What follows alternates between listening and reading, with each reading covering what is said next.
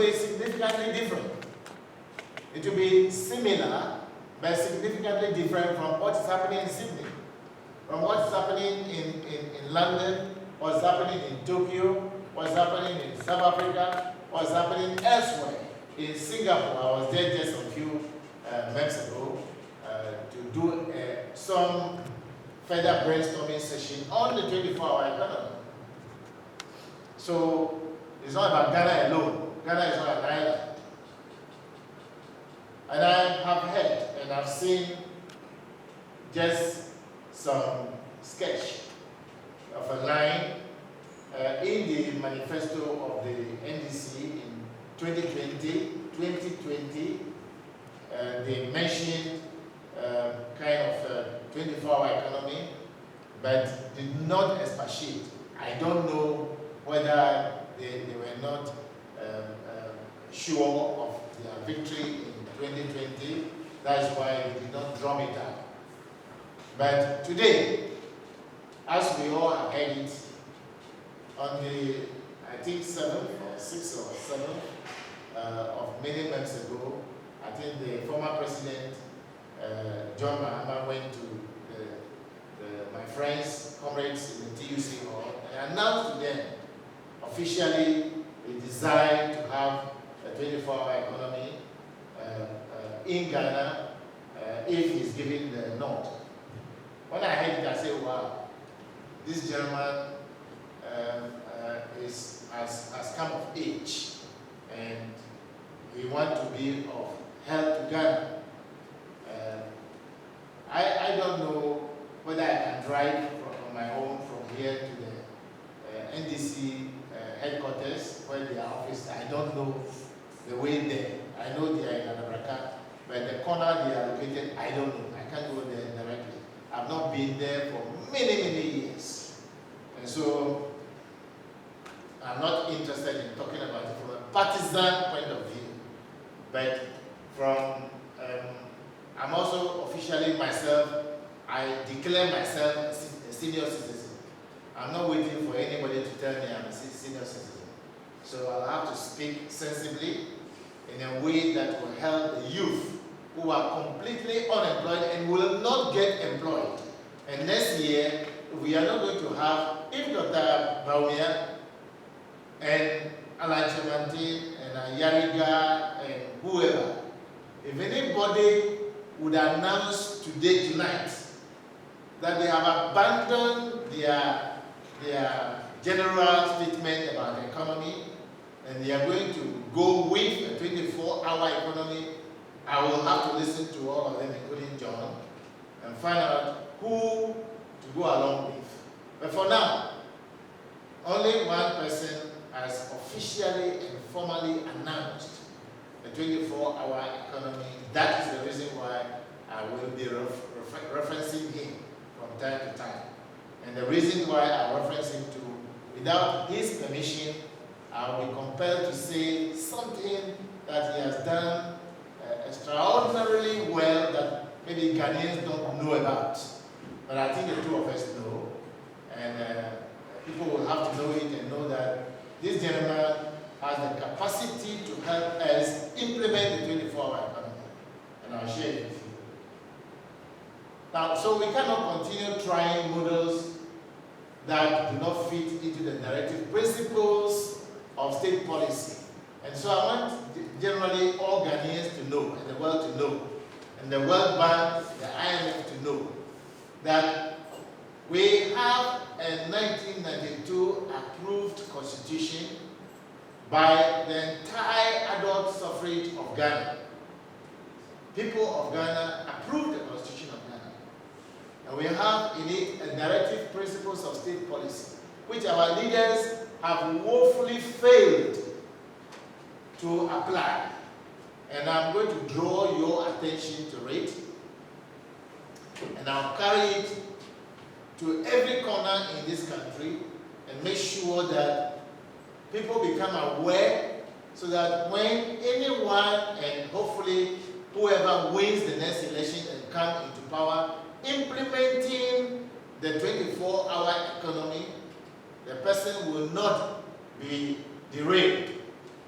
by himself, by other people, and all of us indeed. And I'll show you the reason very soon. Article 36, those of you who are so much mindful about it, this is not about being legalistic. I'm not a lawyer, I don't need to be a lawyer. You can't be a two-term member of parliament and you don't have a serious working knowledge of the law, then you have a problem.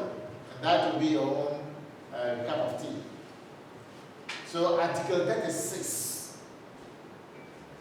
1 to 11, everybody should read it and question anybody who claims to be a flag bearer in this country, a member of parliament, PC, to be in this country. Question them with only this. Don't waste your time reading any other part of the Constitution because you may not be able to understand them. But stick to Article 36, which I'll read to you loud and clear this morning. The economic models and governance structures being practiced currently in this country is inadequate. It has failed us and will fail us if we don't depart from that kind of thing.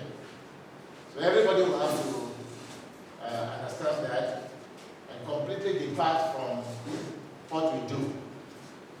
And now, so to enable us to situate this presentation appropriately, I suggest we follow the dictates of Article 36, 1 to 11 of the 1992 Constitution.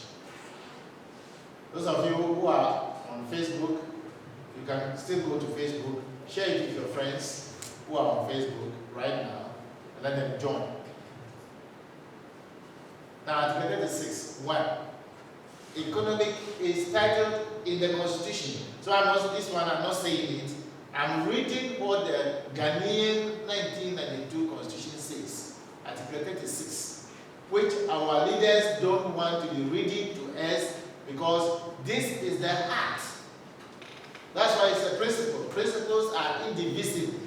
Anything they call principle, if they say you are a principled person, what it means is that you are not a dissonant character, you are a principled person.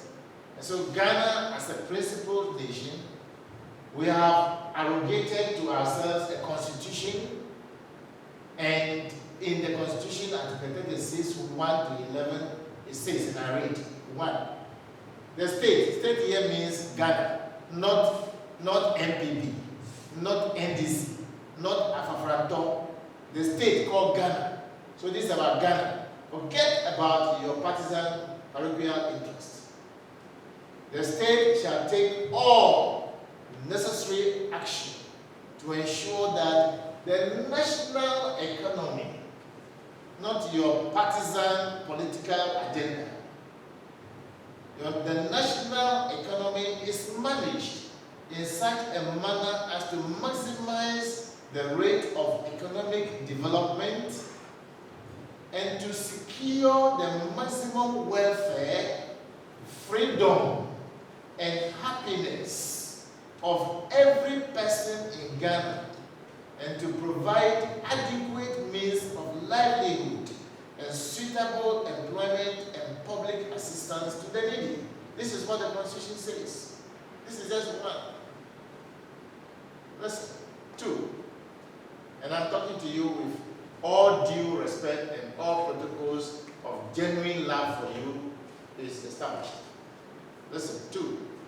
The state, Ghana, not your party, shall in particular take all necessary steps to establish a sound and healthy economy whose underlying principles shall include A. The guarantee of a fair and realistic remuneration. Remuneration is a combination of everything which makes your pay what it is. Remuneration for production and productivity in order to encourage continued production and higher productivity. That is the demand on the state. So we need a driver and a spare driver and a vehicle. You need a vehicle, and the vehicle you can describe it as a political party. We need a driver, you can describe him as the president. We need a spare driver. With all due deference to my friend, Dr. Bami, I'm sure it was just a joke. You can call it so. But really what we need is a spare driver, because as soon as the driver is a bit tired, then the spare driver should be able to drive. And so in my application of the 24-hour economy, we need a driver who must have a driver's license, and you must have a spare driver who must also have a license capable of driving the car anytime. And so I concede that my friend and presidential candidate for the MPP was in that he was jesting or joking. So take it like that. If he says the driver's mate, that is the context in which I read it. Now D, undertaking even and balanced development of all regions, all the 16 regions of Ghana now, not drifting onto one of the regions and attending to them ceaselessly, and the rest of them become koshoko. I hate it, and I will forever hate it. We must have a balanced development in this country and stop the tribalistic and the foolish pride we have